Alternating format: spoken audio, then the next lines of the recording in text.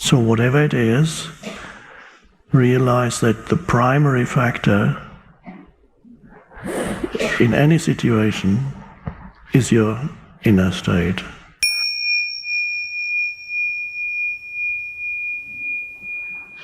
So there are quite a few people who are joining us from other parts of the planet. I don't know where they are, I think it's over there. Now all of you here, luckily, have escaped the polar vortex. Especially if you're from places like Chicago, you'll be very grateful to be here. However, if you are in Chicago or similar places, be grateful that you're experiencing a one in a lifetime weather phenomenon. But don't forget to dress up warm enough when you go out. Be grateful for whatever your experience of this moment is. And if you cannot be grateful, at least allow it to be, because it already is. You might as well. Now, if you did this little thing, it sounds very little, and it is very little, allowing your experience of this moment to be the way it is, just this little thing would remove, oh well, it's hard to put it in percentage terms, let's say 95% of the suffering from your life. I don't know about the rest, the 5%, we'll get to that sometime. That would already remove a gigantic chunk of unhappiness in whatever form. Unhappiness is the most generic term one could use. The Buddha called it suffering.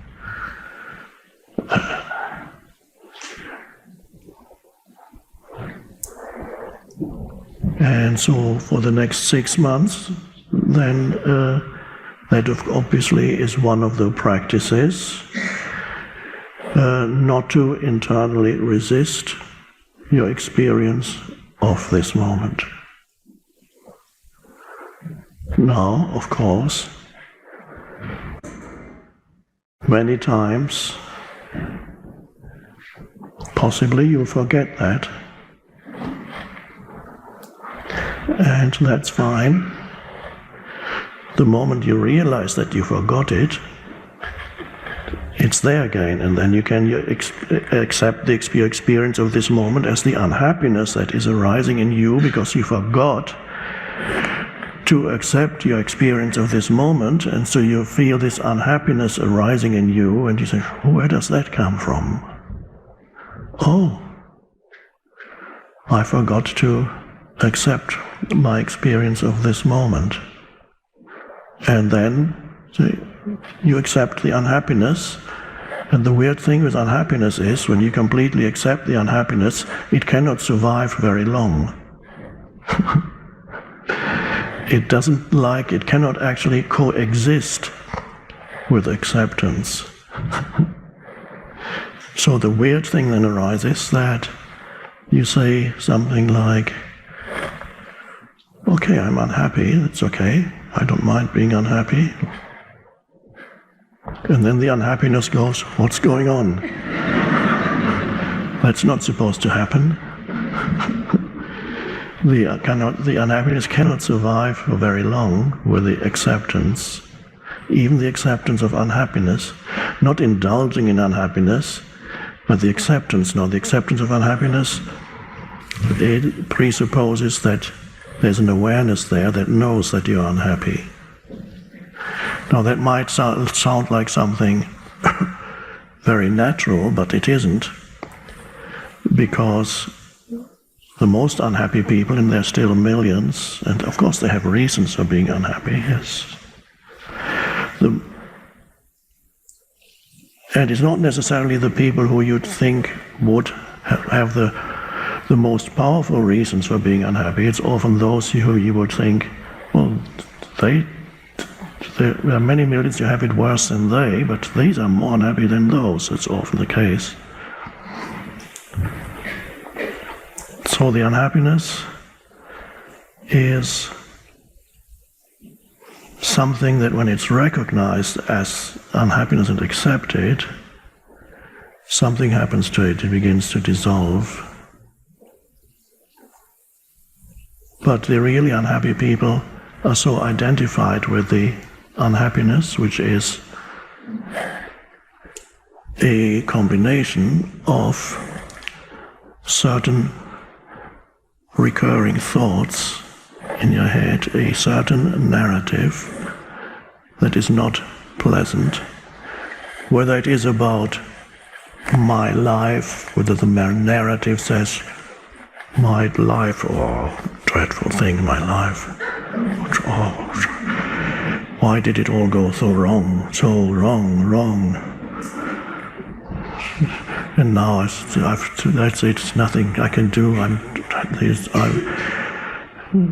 or whether the narrative is about somebody else.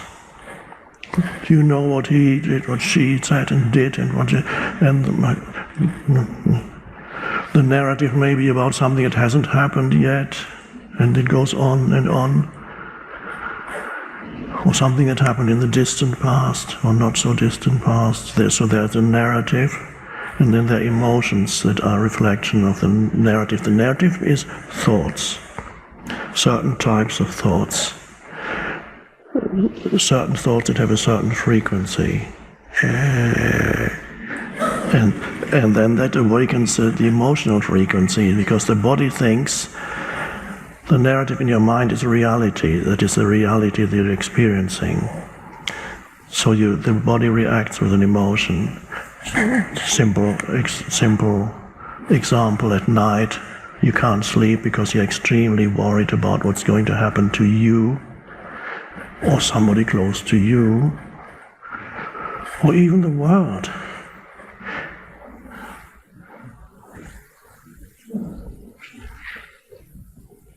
And it all sounds very critical. There's a crisis in your head. Not outside. Outside your head there's a pillow, and there's a blanket, or even something big and fluffy and soft, down, duvet, and there's no unhappiness there. And if you look around the bedroom also, where's the unhappiness? The plant is okay, it's not unhappy. No, it's all happening in here.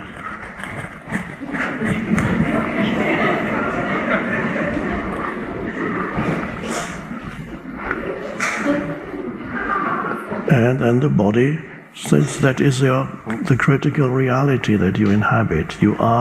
There is a crisis in your life. The body doesn't know the difference between what's actually happening and what's happening in your head. What's happening in your head is taken to be the absolute reality, and then you experience the emotion that goes with that kind of narrative, and so there's no awareness. And when you're trapped in that, you don't even really know that you're unhappy, because you are the unhappiness. The unhappiness has become your identity. So when you become the unhappiness, you don't even know that let's use the Buddhist term, suffering. When you are in this deep suffering, you don't even know you're suffering, because the suffering is a gigantic, huge chunk, part of your sense of self. You are a suffering entity. And as all therapists know, that once the patient or the client, or whatever they call the people that come to them according to their school, they reach a point where there's a possibility of going beyond the deep-seated patterns, unconscious patterns, and then there's a huge resistance very often, because the person is afraid of losing a very important piece of their identity, and sometimes it's the most important part of their identity. If they have lived with an unhappy sense of self for years and perhaps even decades, they don't want to let go. And again, they don't know that consciously. They never say, I do not want to let go. But if they could say that, then that means there's already some awareness. So lack of awareness, lack of presence, that is the unawakened state that still, unfortunately, millions of humans are trapped in that.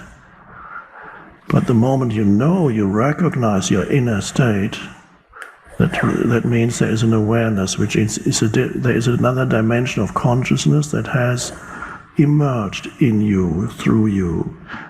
A deeper dimension of consciousness that is not the conditioned thinking. So we can call it awareness, we can call it presence, you can call it the unconditioned consciousness. And then the beginning of freedom, or the possibility of freedom arises. And it's from there that you recognize your inner states as they arise. From there that you recognize your unhappiness. You can say, oh, you can feel the unhappiness. But the moment you become aware of suffering or unhappiness in you, you're no longer feeding it with your thoughts. As long as you're not aware, you're feeding it as a vicious circle, you're feeding it with your thoughts, with your narrative, and you're trapped in the vicious circle. Your narrative creates more unhappiness, the unhappiness creates more thought, and you're trapped in that. So for the next 6 months, and hopefully beyond, because it's a much more pleasant way to live, you make it your practice to be aware of your inner states, and meaning no matter what situation arises in your life, whether it's little things, big things, difficult situations, difficult people, challenges, problems, because the next 6 months are not going to be free of challenges and problems. So whatever it is, realize that the primary factor in any situation is your inner state, because that determines how you respond. So no matter what it is, your primary responsibility is to be aware of what goes on inside you. And that means whatever arises in your life is actually to be used in your practice, so that you do not become dependent on what's going on externally in your life. So your inner state gradually is no longer determined, perhaps still a little bit, yes, but not completely determined by outer events, people, situations, and so on. Inner freedom arises. That's awakening. So there's a disidentification from the movement of thought and the fluctuating emotions. Yes, there's a stepping back. You're not repressing anything, you're allowing it. But you can only allow it because there's an awareness. And that awareness is you, ultimately. That is what I sometimes call the deep I, as opposed to the surface I. The I meaning not this I, but that I is interesting too. It's an analogy for consciousness, the I of awareness. But now I'm talking about the pronoun I first. There's the surface I, which is the conditioned person, the entity that you are for a while, and there is the deep I, which is the consciousness. My usual analogy, which probably you've heard me mention quite a few times, the ocean. The surface of the ocean, the wave or the ripple, is the surface I, and the ocean, the depth of the ocean, is the deep I. And an awakening human is a ripple on the surface of the ocean that until recently had been completely identified with its ripple existence, on the horizontal dimension of the surface of the ocean, looking at every other ripple as another